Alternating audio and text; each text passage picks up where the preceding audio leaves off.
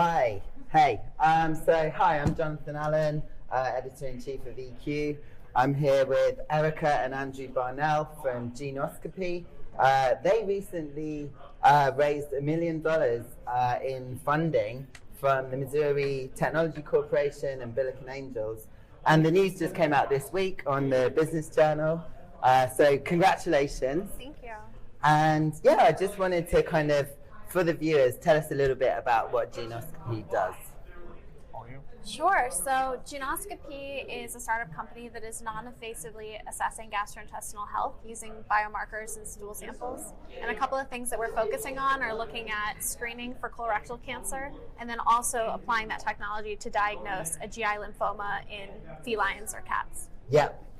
And so yeah, basically non-invasive diagnostic tool for colorectal cancer. And what's really exciting is that you guys are very much an example of the St. Louis startup ecosystem just working as intended. So can you just tell everyone a bit about your story of just, from BioGenerator, Arch Grants, all of that stuff? Yeah, we've been through the whole evolution, all the way from founding at WashU as a part of Sling Health to Arch Grants supporting us early on. We received funding from BioGenerator. We work out of Cortex. We're part of Pipeline and really everything in between. So having built the Angel Network and Missouri Technology Corporation to local investors who are invested in the ecosystem leading our latest round is just the newest example of that. Yeah, and what's really exciting is the way that each of those kind of organizations have helped you with kind of specific aspects of your product. Yeah. So you were talking earlier about the role of the global impact report. Yeah, so it's really interesting that many of the different facilities around the St. Louis area are interested in different things, and so we've gotten advisors in the veterinarian space through the Global Impact Award, or we've gotten advisors, from WashU and from the hospital, basically on that front. And so I think having everything in the same area allows us to expand our company and de-risk our company a little bit by applying it to multiple technologies. Yeah, right.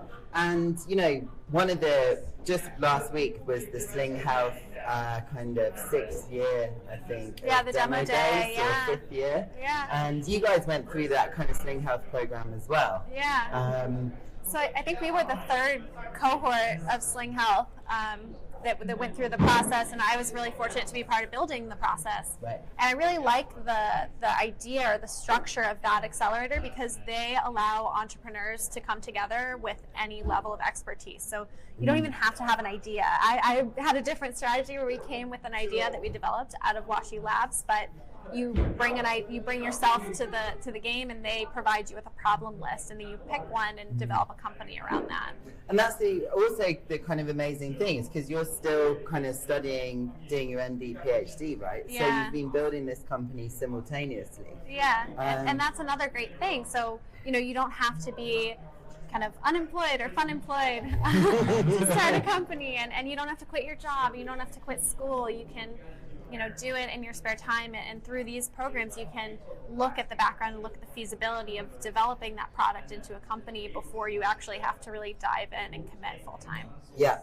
And we were on part of the alumni panel actually at this Sling Health demo day, and one of the big things we talked about was that transition from student project to full-time company, and many of the organizations here in St. Louis, including Sling Health, have really helped us with that. And it seems so long ago that we were just students working on a project. Right. But that is really the critical piece to be able to take it from we're students, we're working on a project to this is a company, this is real, we've raised money, we have investors, things like that. Yeah, I mean, did you imagine, back then that you were going to raise $1 million? I guess we were probably. hoping. Yeah. That was the plan, because then we were doing a lot sooner. Okay. Back 3-6 months. It's pretty incredible, even if you're struggling through the day-to-day of dealing with the problems you're facing. Looking back even a short time frame ago, much less the 3 years ago we were in Sling Health, it's pretty incredible how fast things develop and how far we've come. Yeah, absolutely. And actually that kind of leads me to my next question, which is just like, what's the whole fundraising process been like for this current round? Yeah, it was a long one, and I think we talked to over 100 investors throughout the course of the whole thing. Okay. We started last March and we really wrapped it up in this first quarter, so it almost took us a full year. Right. But it's a lot of no's, a lot of conversations, a lot of also listening to the feedback from investors. One of the things that we took as the feedback was we were sort of founded as a colorectal cancer screening company. Yeah. And one of the things that we learned was having more diversification, having opportunities to take products with our platform technology, going to market sooner was something that was a really attractive value proposition. So taking that feedback and pivoting a little bit or adding a different aspect to our platform was something that made us much more successful in the fundraising process and certainly got us across the line. And I think it's positioned us better for the future. Yeah, and that's a really exciting thing because we were all in the same Arch Grants cohort 2016, and back then, go Arch Grants. Back then, it was kind of like one product, but now you're two core products and a kind of third one, and that seems to have come out of the whole investor meetings thing. Yeah, and just being open and listening to, there's so many smart people that we have access to through all of our networks here in St. Louis and Washington and Biogenerator, and hearing the feedback about not just what's wrong with your technology or what you're not doing right today, but the opportunity for other things and being open to saying, hey, should we think about this a little bit differently? Is there another opportunity that's maybe more attractive? And internalizing that feedback and thinking about how to incorporate it into the business, I think has made us more successful, and hopefully we'll be able to continue to do that. Yeah, and that's the thing. So you started off with, this colorectal screening, like home testing kits. Yeah. But then, and that's got to go through FDA approval and all of those things. So it's a risky business building like a med tech startup.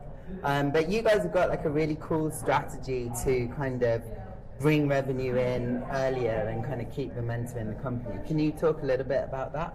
Yeah, so I think, as mentioned, when we pulled this technology out of the university, the first thing we said was, what is the biggest thing we can apply this to? And colorectal cancer screening is a huge market. Every individual over the age of 50 gets screened. Yep. But you mentioned, touched on this, and we recognized this really early on, is that we're going to have to do a 10,000 patient prospective clinical trial. Yeah. It's going to take 2 years. It's going to take millions of dollars. We're going to have to submit to the FDA before we even sell a single test. Yep. And then through our process, through our fundraising, kind of some investors said, well, I'm not super comfortable with that. And simultaneously, we were meeting with other individuals in the healthcare space and in the veterinarian space that were saying, why don't you look at inflammatory bowel disease? Why don't you look at, other GI intestinal problems? And so we took that as an opportunity to see if we can develop a near-term revenue product, and that's where we came across the veterinarian space, and we were approached by a veterinarian who said that in pathology it's really difficult to distinguish between these two gastrointestinal diseases. Yeah. And potentially our technology could be applied to that application where we could be attaining revenue even as early as this year. That's amazing. And like, what would you, that whole, I think a lot of people don't realize that whole kind of fundraising round can actually sort of cause your business to sort of change focus in the process. How did you, were you ready for that? Was that easy to kind of take on? I think it's never easy when people are telling you that this is not the way to go, or you need to be doing this, or you need to be doing that. But I think that we've been really receptive to feedback and recognize that, other people's opinions are very important and can help us. And so we don't take offense, and we just think about it very carefully. And it's sort of ended up expanding our vision. So the $10 billion idea is still there. It's still, we want to provide a better alternative for colorectal cancer screening, and that hasn't changed. It's for us, it's been easy to make this change because it's been an expansion of our focus from, hey, we're a sample prep company, and not only can we apply this to colorectal cancer screening and veterinary oncology, but there's tons of other things we can do as well, and we don't want to spread ourselves too thin. But that transition, we saw the value proposition right away. I mean, that's what's really exciting. It's like you started off kind of with a home testing kit, but really it seems like through this process of engaging all of the different aspects of the STL ecosystem and then engaging investors too, you're now really a kind of platform business, based on kind of a core scientific kind of research component. Yeah. And that is actually, so we may as well kind of talk in a little bit about that. It's about RNA, right? Right. And using RNA data to essentially kind of get downstream indicators of potential issues.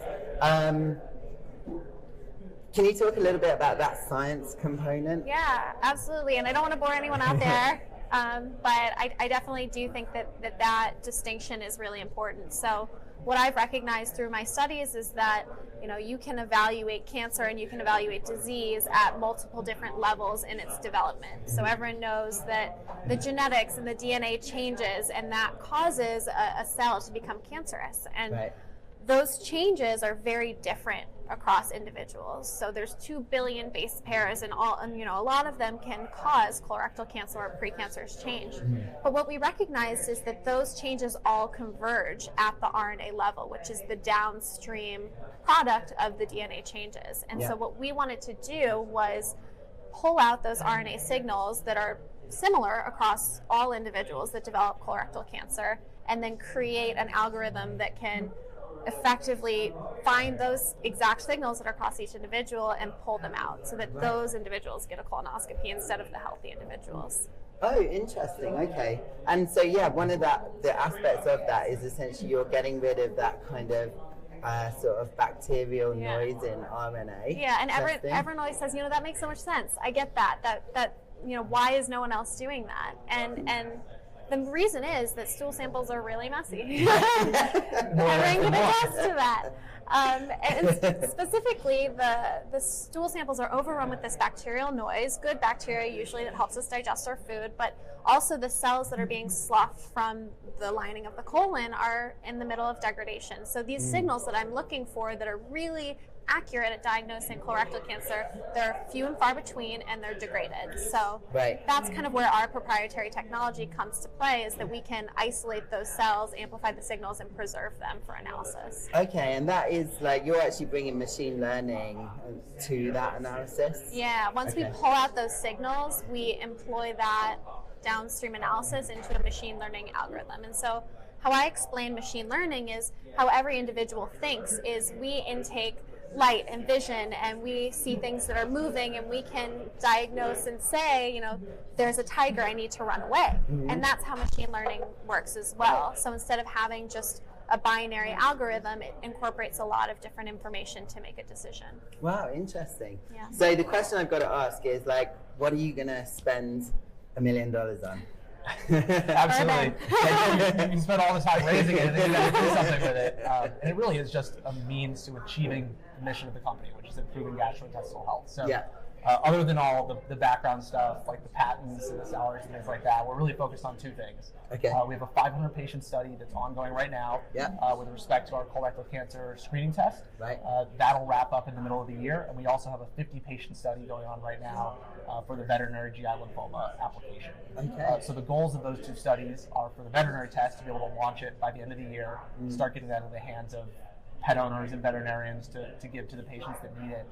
And the colorectal cancer screening test should be the last technological development study. So at that point, we'll be able to move into the regulatory pathway, which is lengthy, but getting the technology fully developed is a huge milestone.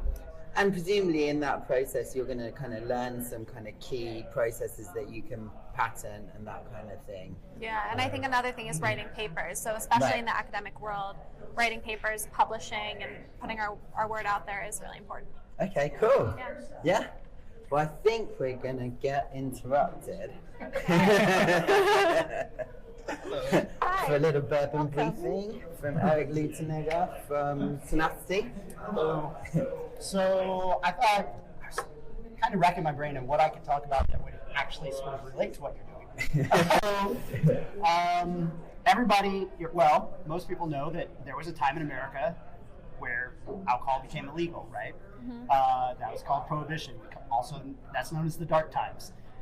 So during that time, bourbon distillers had to actually figure out a way to still make money and stay in business. So Brown-Forman, the distiller of Old Forester, they had always done this, but they started producing what is known as medicinal alcohol. So that was a loophole in Prohibition so that they can stay running. And this is the style of that. So medicinal alcohol, you could get a pint every 10 days from your doctor, treating conditions such as heart attack and cancer.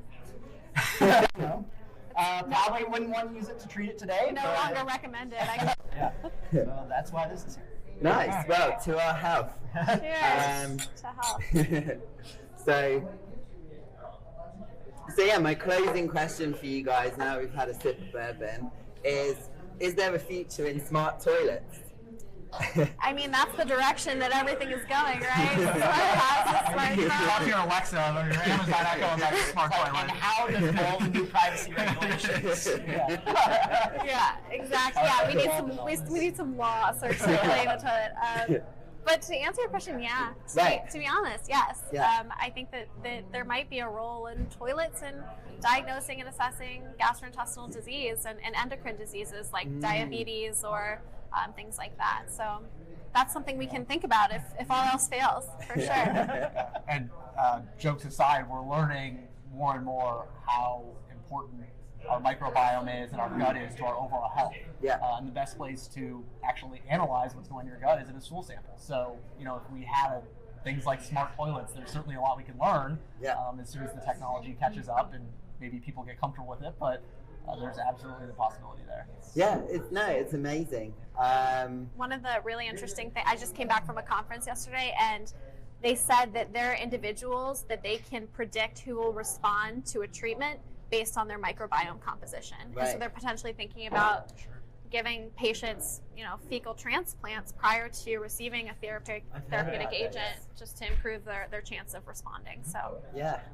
smart toilets. Depending on what our future investors say, that might be our next topic. All within the core competency. Cool. Well, Erica, Angie, thank you very much for coming on the show. Thank you. Congratulations again. Thanks. Join us for Bourbon Friday next Friday, 4:30 every week on eqstl.com.